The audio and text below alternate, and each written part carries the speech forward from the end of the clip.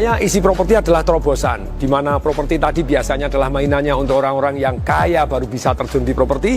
Sekarang dengan dana hanya beberapa belas juta bisa mendapatkan satu bisnis properti, di mana dapat hak huni, bisa menyewakan. Kalau ternyata tidak berhasil sewakan, kita huni sendiri. Kemudian kalau kita mau huni masih kurang, kita bisa bahkan menyewa juga di tempatnya orang lain dapat diskon. Kemudian kalau kita menyewakan hak kita masih kurang, ternyata kita bisa menyewakan punyanya orang lain. Di zaman sharing ekonomi ini dan juga di zaman yang namanya crowdfunding ini, yang namanya isi properti adalah terobosan yang dahsyat luar biasa. Tapi terlebih dari itu, ketika dicek ternyata di izin-izinnya lengkap, di perdagangan juga lengkap, kemudian OJK pun juga clean and clear, very good peluang.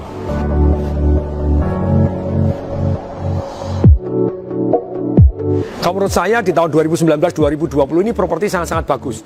Ada 4,5 yang mendukung dari 5 hal.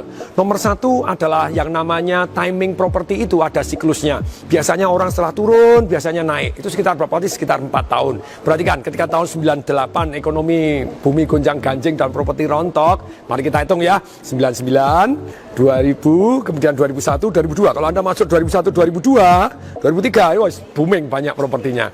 Kemudian berikutnya tahun 2008, bumi gonjang-ganjing, bensin naik, properti sempat anjlok, nggak karu-karuan pada waktu itu penjualannya gitu ya. Tapi kalau Anda investasi 2008 ya, 2009, 2010, 2011, 2012 Anda masuk di sini, ayo sekarang booming dan Anda jauh lebih kaya dibanding sebelumnya kalau Anda investasi di properti.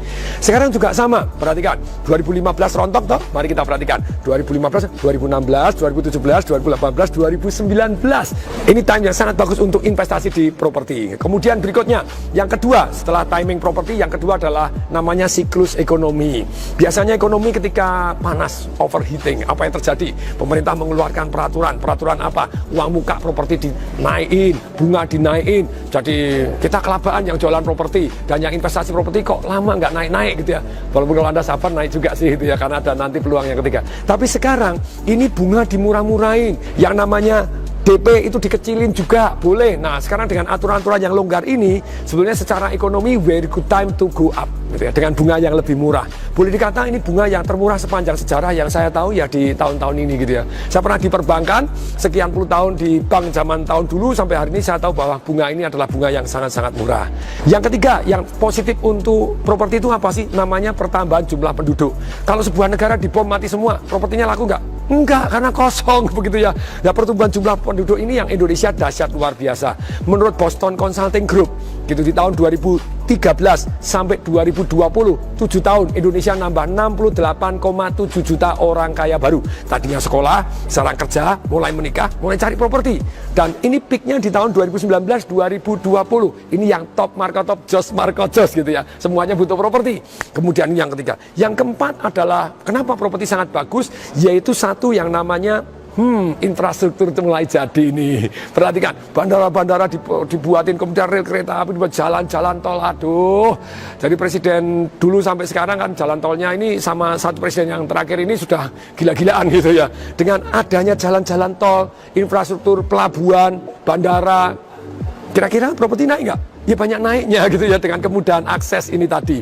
Kemudian berikutnya yang kelima, ini setengah bagus, setengah kurang bagus. Yaitu yang kurang bagus itu adanya perang dagang antara Tiongkok dengan Amerika. Terus kemudian terjadi satu yang namanya perang tarif. Ketika perang tarif mulai satu yang namanya perang currency.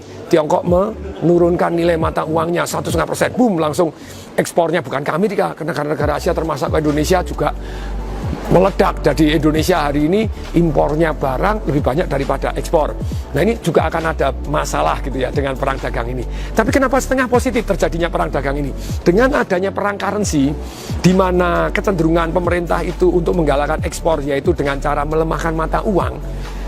Saya baca lagi ternyata di Amerika baru beberapa saat ini dalam seminggu 570 miliar US dollar gelontorkan begitu saja.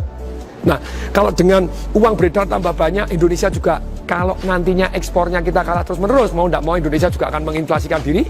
Kalau betul menginflasikan diri, setengah hal bagus untuk properti. Kok bisa? Lah kalau dia dicetak banyak, kira-kira properti naik nggak? Naik, kalau ada tahan aja akan naik. Jadi menurut saya properti kali ini 4,5 bagus, setengah kurang bagus gitu ya. Jadi 4,5 very good. Selama Anda tidak utang terlalu besar dalam arti dalam kemampuan Anda atau bahkan tidak utang. Punya properti pun Anda harus perhatikan gitu ya. Jadi properti ini menurut saya ada 3 macam gitu ya. Satu, Anda punya tanah dijemur, itu namanya land banking untuk mendapatkan capital gain. Yang kedua, Anda beli untuk dibangun, dipotong, dibangun, dibesarin, dibangun, dinaikin ke atas, dibangun. Yang ketiga, beli dan tidak pernah dijual. Untuk apa? Disewa-sewakan. Jadi alangkah baiknya Anda punya 3 ini, tapi perhatikan cash flow Anda, cari yang menarik untuk Anda dan menguntungkan untuk Anda. Semoga bermanfaat. Saya Tung Desa Waringin mengucapkan salam dahsyat.